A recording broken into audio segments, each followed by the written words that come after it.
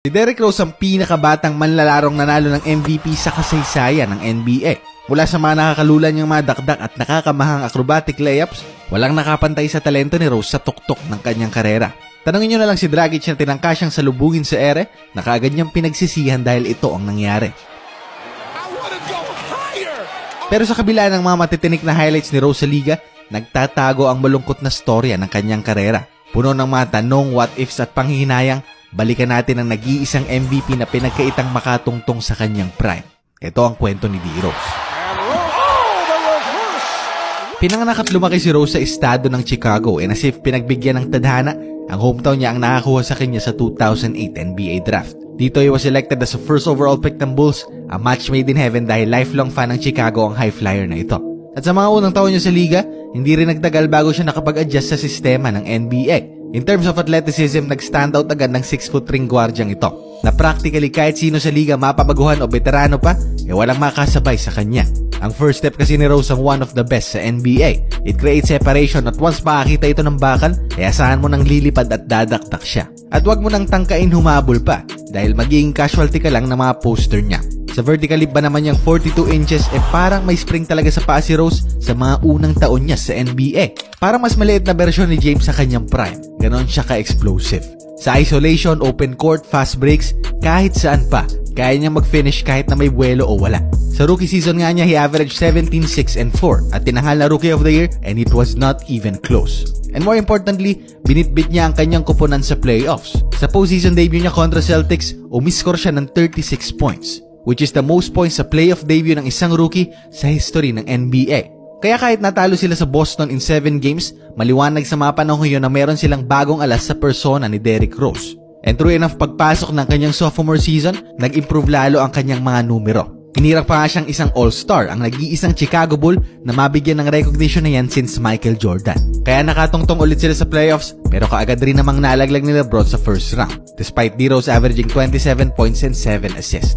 Ang maagang pagkatalo ng Bulls sa Cavs dito, ang mas nagbigay gigil kay Rose sa sumunod na season. Kaya taong 2011, walang nakapigil sa paghalimaw ni D. Rose. Mabilis siyang naging sakit ng ulo ng depensa dahil kahit maliit na butas lang ang makita niya, asahan nyo ng dederecho yan ng walang takot at pag-aalinlangan. Kung di ka ikutan, tatalunan ka lang din niya.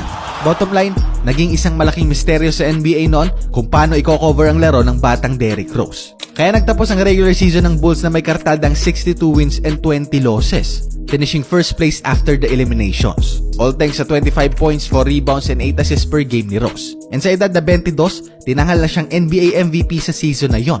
Rookie of the Year sa unang season, then MVP naman sa pangatlo.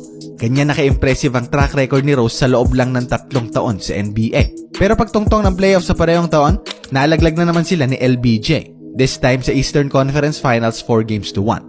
And again, losing to LeBron, ginawa niya itong motibasyon para bumawi sa next season. At pagpatak ng 2012, ito ang season na naging turning point ng karera ni Rose, for better and for worse. Inumpisahan niya ito with a game winner kontra sa Lakers, and individually mas matinik, pulido at mas mature ang pinakitang galawan ni D. Rose sa mga taong ito. Kaya nga number 1 na naman sa regular season ng Bulls noon, and many predicted na kaya nilang at least makatungtong sa NBA Finals this time. Pero sa first round pa lang ng playoff run nila, binigyan sila ng problema ang habang buhay na bumago sa kapalaran ng prangkisa.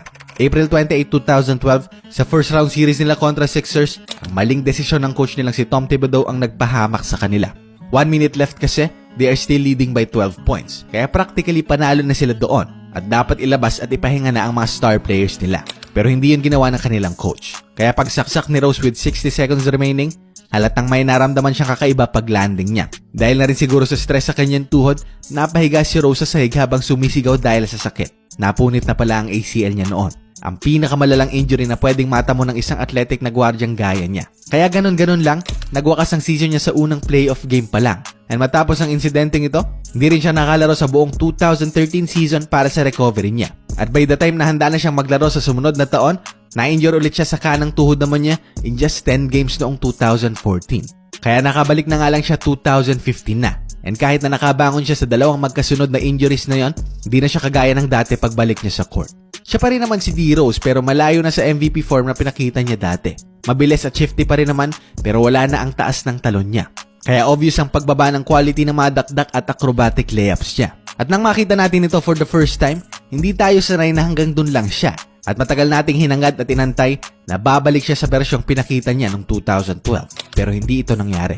Sa huling season nga niya sa Bulls, inefficient na ang pinakita niya. Still averaging double figures pero his impact sa team was never the same after the injury. Kaya nga taong 2018 sa pang-siyam na season pa lang niya sa NBA, naisip kaagad niya na magretiro at iwan ang sports na minamahal niya. Biruin nyo kasi 3 knee surgeries, kamay, likod, daliri, groin, elbow at pati sa muka, lahat dyan nagkaroon ng injury si Rose. Kaya naiintindihan ko kung gaano kapagod na si Rose sa walang tigil na injury recovery cycle na pinagdadaanan niya. Pero buti na lang, hindi natuloy ang binalak ni D. Rose na yon dahil hindi sana natin nakita ang best game of his career taong 2018 para sa Minnesota. Di man makalipad gaya ng dati, na-develop naman niya ang ibang aspeto ng kanyang laro. Ang mga explosive drive to the basket, floaters at jump shots. Kaya dito he averaged 18 points and 4 rebounds per game. But ang highlight sa taong ito ay ang kanyang 50-point game against the Jazz. Ang 50 puntos na ito ang kanyang naging career high at bukod rito, he even secured the win via a game-winning block sa overtime. Kaya during the post-game interview, hindi na mapigilang maiyak ni Derrick Rose. Naging emotional siya thinking na kaya pa pala niyang gumawa ng ingay sa NBA matapos ang sangkatutak na injuries na pinagdaanan niya. Nagsilbi yung paalala sa kanya na kaya pa niyang bumangon at mag-excel sa bagong role na ginagampanan niya. Diba? Sa ngayon naglalaro si Rose para sa Memphis at 2 lang ang hiling ko para sa kanya. Una, mabigyan siya ng mas maraming oportunidad para mabalik ang kanyang kumpiyansa. At pangalawa, makakuha siya ng kahit isang kampyonato bago matapos ang kanyang karera.